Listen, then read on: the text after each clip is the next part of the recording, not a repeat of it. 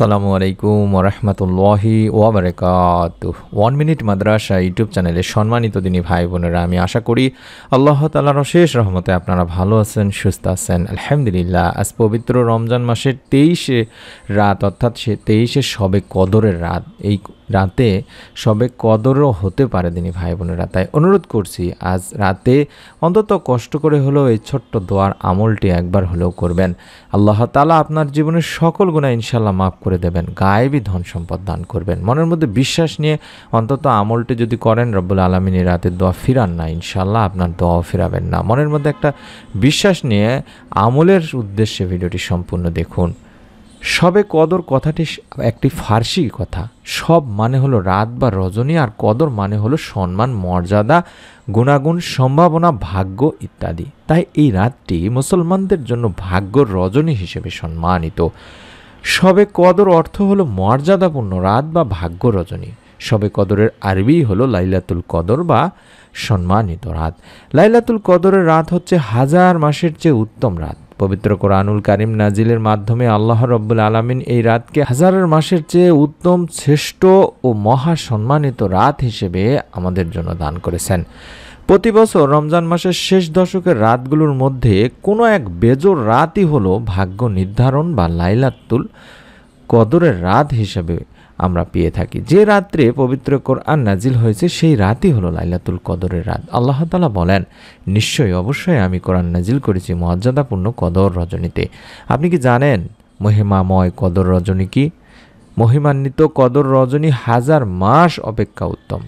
সে রাতে ফেরেশতাগণ হযরত জিবরাইল আলাইহিস সালামকে সমবি ব্যবহারে অবতরণ করেন। তাদের প্রভু মহান আল্লাহর নির্দেশে ও অনুমতিক্রমে সব বিষয়ে শান্তির বার্তা নিয়ে এই শান্তির ধারা চলতে থাকে উশা বা ফজর পর্যন্ত। রমজান মাস পবিত্র কোরআন নাজিলের মাস। শবে কদর কোরআন নাজিলের রাত। এই রাতেই প্রথম পবিত্র মক্কা মোকাররমায় হেরা পর্বতের গুহায় মহান আল্লাহ রব্বুল আলামিনের পক্ষ থেকে ফেরেশতাদের সর্দার হযরত জিবরাইল আলাইহিস সালামের মাধ্যমে রাহমাতুল আলামিন প্রিয় নবী সাল্লাল্লাহু আলাইহি ওয়াসাল্লামের প্রতি এই মহাগ্রন্থ আল কোরআন নাজিল করেন। আর এই রাতটি তাই এতটা গুরুত্বপূর্ণ দিনী ভাই বোনেরা। আর রমজানের এই শেষ 10 দিনের যে কোনো বেজোর রাতে লাইলাতুল কদর তালাশ করতে হবে। অর্থাৎ আপনারা 21 তারিখে তালাশ করেছেন, 23 তারিখ আজকে রাতে অবশ্যই করবেন। সামনে 25, 27, 29 তারিখেও ইনশাল্লাহ অবশ্যই তালাশ করার বা খোঁজার চেষ্টা করবেন। এগুলোই হলো আমরা আপনাদের শবে কদর হওয়ার সম্ভাবনা বেশি রয়েছে। তবে অনেক আলেমদের গবেষণা ও ব্যাখ্যায় এবং বুজুর্গদের মতে 26 তারিখ দিবাগত রাত, অর্থাৎ 27 তারিখেই পবিত্র শবে কদরের সম্ভাব্য অত্যন্ত রয়েছে, অর্থাৎ অন্যতম সম্ভাব্য একটা রাত রয়েছে। তবে আমরা কোনো রাতকেই গুরুত্ব কম দেব না। অন্তত কষ্ট করে হলেও এই কয়টি রাত, হয়তো 5টি রাত, 21 তো চলে গিয়েছে, 23 আজকের রাত, 25, 27, 29, অন্তত এই আর বাকি 4টি রাতে অবশ্যই কম করে হলেও ছোট ছোট কিছু আমল করার চেষ্টা করব। যেমন গুনাহ মাফের জন্য কোরআনুল কারীম থেকে নেওয়া একটা ছোট্ট দোয়া অন্তত কষ্ট করে হলেও 3 বার বা 1 বার হলেও পাঠ করব। অর্থাৎ আমরা এই রাতে আল্লাহ তাআলার কাছে মাপ চেয়ে নেব। কারণ এই রাতে যদি আপনার শবে কদর হয়ে থাকে তাহলে আল্লাহ তাআলা চাহে তো আপনার মাফ হয়ে যেতে পারে। তাই অনুরোধ করছি, যারা বেশি বেশি গুনাহ করেছেন, অন্যায় করেছেন, অপরাধ করেছেন, আল্লাহ তাআলার কাছে বেশি বেশি করে এই রাতে ক্ষমা চাইবেন। আল্লাহ তাআলা ইনশাআল্লাহ আপনাকেও নিরাশ করবেন না। কারণ পাপী বান্দাদের আল্লাহ তাআলা আশার বাণী শুনিয়েছেন। বর্ণিত হয়েছে, আমার বান্দারা যারা নিজেদের উপরে জুলুম করেছো, তোমরা আল্লাহর রহমত থেকে নিরাশ হও না। নিশ্চয়ই আল্লাহ সব গুনাহ মাফ করেন, তিনি ক্ষমাশীল, পরম দয়ালু। সুবহানাল্লাহ, সুবহানাল্লাহ। এক হাদিসে হযরত আবু হুরায়রা রাদিয়াল্লাহু তাআলা আনহু থেকে বর্ণিত আছে, আল্লাহর রাসূল সাল্লাল্লাহু আলাইহি ওয়াসাল্লাম বলেন, তোমরা যদি পাপাচার করতে, এমনকি তোমাদের পাপ আকাশের সীমা পর্যন্ত পৌঁছে যেত, অতঃপর তোমরা তওবা করতে, তাহলে আল্লাহ অবশ্যই তোমাদের তওবা কবুল করবেন। সুবহানাল্লাহ। তাই যারা গুনাহ করেছেন, পাপ করেছেন, তারা এই রাতে অন্তত কষ্ট করে হলেও তারাবির নামাজ পড়ার পরে কিংবা রাতে ঘুমাতে যাওয়ার আগে অন্তত 2-3 বার করে পড়ার চেষ্টা করবেন।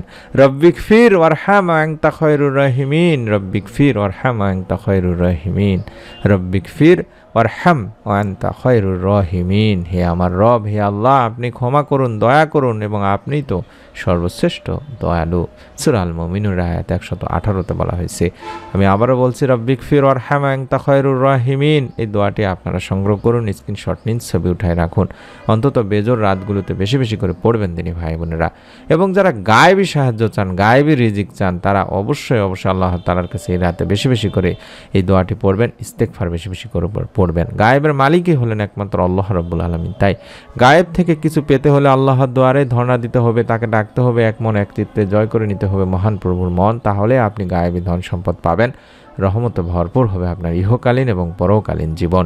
তাই আমাদেরও গায়েবী রিজিক পাওয়ার জন্য বিশ্বনবী সাল্লাল্লাহু আলাইহি ওয়াসাল্লামের দেখানো শেখানো পদ্ধতি অনুযায়ী এই দোয়ার আমলটি করতে হবে। আমি যে দোয়াটি দেখাচ্ছি স্ক্রিনে, এই দোয়াটি কম করে হলেও অন্তত 3 বার পাঠ করবেন। আল্লাহুম্মা কফিনি বিহালালিকা আন হারামিকা ওয়া আগনিনি বিফadলিকা আম্মান সিওয়াক। আল্লাহুম্মা কফিনি বিহালালিকা আন হারামিকা ওয়া আগনিনি বিফadলিকা আম্মান সিওয়াক। আল্লাহুম্মা কফিনি বিহালালিকা আন হারামিকা ওয়া আগনিনি বিফadলিকা আম্মান সিওয়াক। হে আল্লাহ, আমাকে এতটুকু পরিমাণে হালাল রিজিক দান করো যা আমার জন্য যথেষ্ট হবে এবং হারাম অর্থের কোনো প্রয়োজন হবে না, আর তুমি ব্যতীত আর সবার থেকে আমাকে অমুখাপেক্ষী করে দাও। অত্যন্ত গুরুত্বপূর্ণ একটি দোয়া দিনী ভাই বোনেরা। এই দোয়ার মাধ্যমে একদিন হযরত আলী রাদিয়াল্লাহু তাআলা আনহুর নিকট এক চুক্তিবদ্ধ দাস এসে বলছিল যে, আমি চুক্তির অর্থ আদায়ে অক্ষম, আপনি কি আমাকে সাহায্য করবেন? হযরত আলী রাদিয়াল্লাহু তাআলা আনহু তখন বললেন, আমি কি তোমাকে এমন কিছু দোয়া বা বাক্য শিখিয়ে দেব যেগুলো নবী করিম সাল্লাল্লাহু আলাইহি সাল্লাম আমাকে শিখিয়েছিলেন?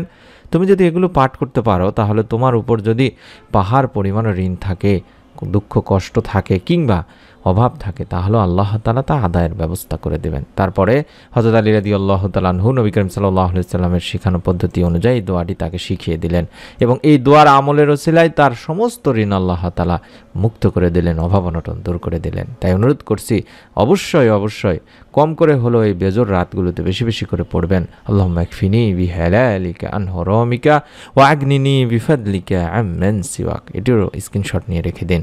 এবং কেউ যদি গায়েবী টাকা পয়সা ধন সম্পদ পেতে চায়, তাহলে তার উচিত হবে বেশি বেশি করে তওবা ইস্তেগফার করা, অর্থাৎ আস্তাগফিরুল্লাহ বেশি বেশি করে পড়া। কারণ নবী করিম সাল্লাল্লাহু আলাইহি ওয়াসাল্লাম বলেছেন, যে ব্যক্তি অধিক পরিমাণে আস্তাগফিরুল্লাহ পড়বে, যার অর্থই হলো আমি আল্লাহ তাআলার কাছে ক্ষমা প্রার্থনা করছি বলবে, আল্লাহ রাব্বুল আলামিন তাকে তার সব দুশ্চিন্তা থেকে মুক্ত করে দেবেন, সব সংকট থেকে মুক্তি দেবেন, এবং তাকে এমনভাবে এমন জায়গা থেকে অর্থ দান করবেন যা কোনো মানুষ ধারণাও করতে পারে না। সুবহানাল্লাহ, সুবহানাল্লাহ।